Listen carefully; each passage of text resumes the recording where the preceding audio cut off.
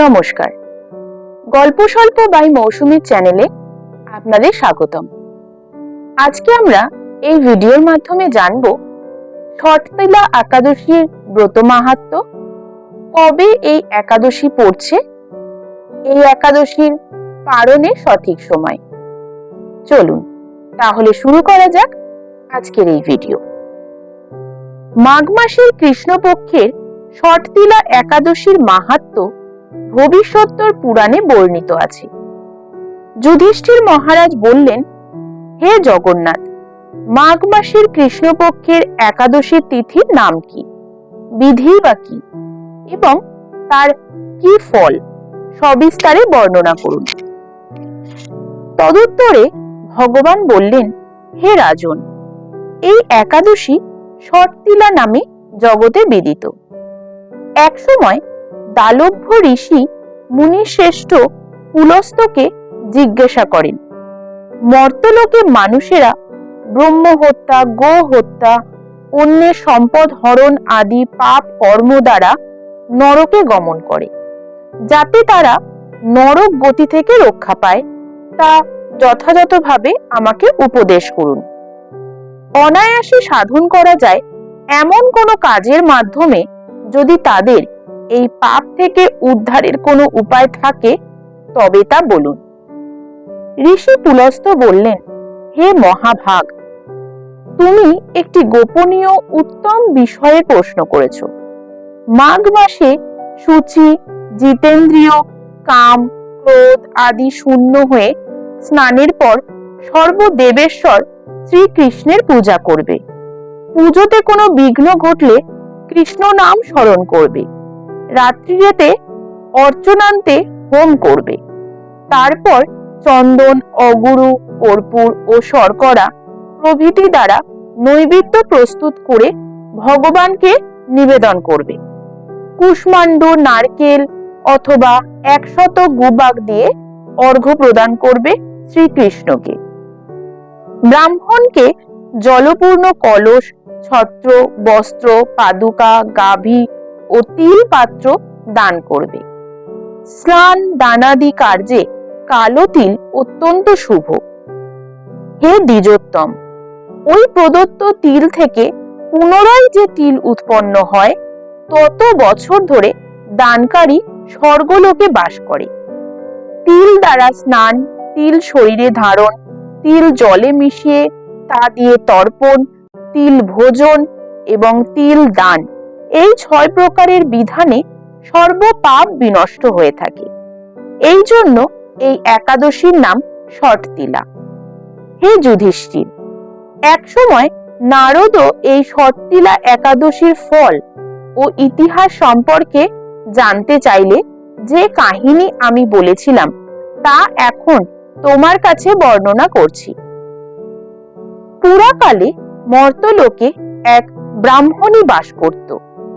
সে প্রত্যহ ব্রত আচরণ ও দেব পূজা পরায়ণ ছিল। উপবাস ক্রমে তার শরীর অত্যন্ত ক্ষীণ হয়ে গিয়েছিল।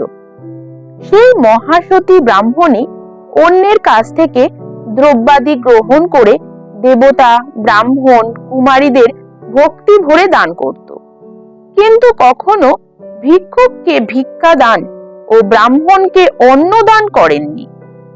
এইভাবে বহু বছর অতিক্রম হলো।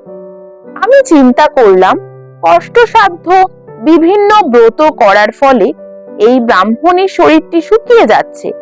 সে যথাযথভাবে বৈষ্ণবদের অর্চনও করছে, কিন্তু তাদের পরিতৃপ্তির জন্য কখনো অন্নদান করেননি। তাই আমি একদিন কাপালিক রূপ ধারণ করে তামার পাত্র হাতে নিয়ে তার কাছে গিয়ে ভিক্ষার প্রার্থনা করলাম। ব্রাহ্মণী বলল, হে ব্রাহ্মণ, তুমি কোথা থেকে এসেছো, কোথায় যাবে তা আমাকে বলো। আমি বললাম, হে সুন্দরী, আমাকে ভিক্ষা দাও। তখন সে ক্রুদ্ধ হয়ে আমার পাত্রে একটি মাটির ঢেলা নিক্ষেপ করল। তারপর আমি সেখান থেকে চলে গেলাম। বহুকাল পরে সেই ব্রাহ্মণী ব্রত প্রভাবে সশরীরে স্বর্গে গমন করল।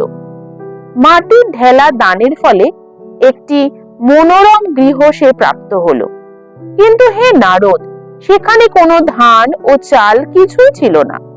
গৃহ শূন্য দেখে মহা ক্রোধে সে আমার কাছে এসে বলল, আমি ব্রত, কৃচ্ছ সাধন ও উপবাসের মাধ্যমে নারায়ণের আরাধনা করেছি। এখন হে জনার্দন, আমার গৃহে কিছুই দেখছি না কেন?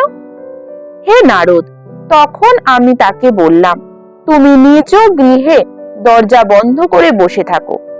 মর্তলোকের মানবী সশরীরে স্বর্গে এসেছে শুনে দেবতাদের পত্নীরা তোমাকে দেখতে আসবে, কিন্তু তুমি দরজা খুলবে না।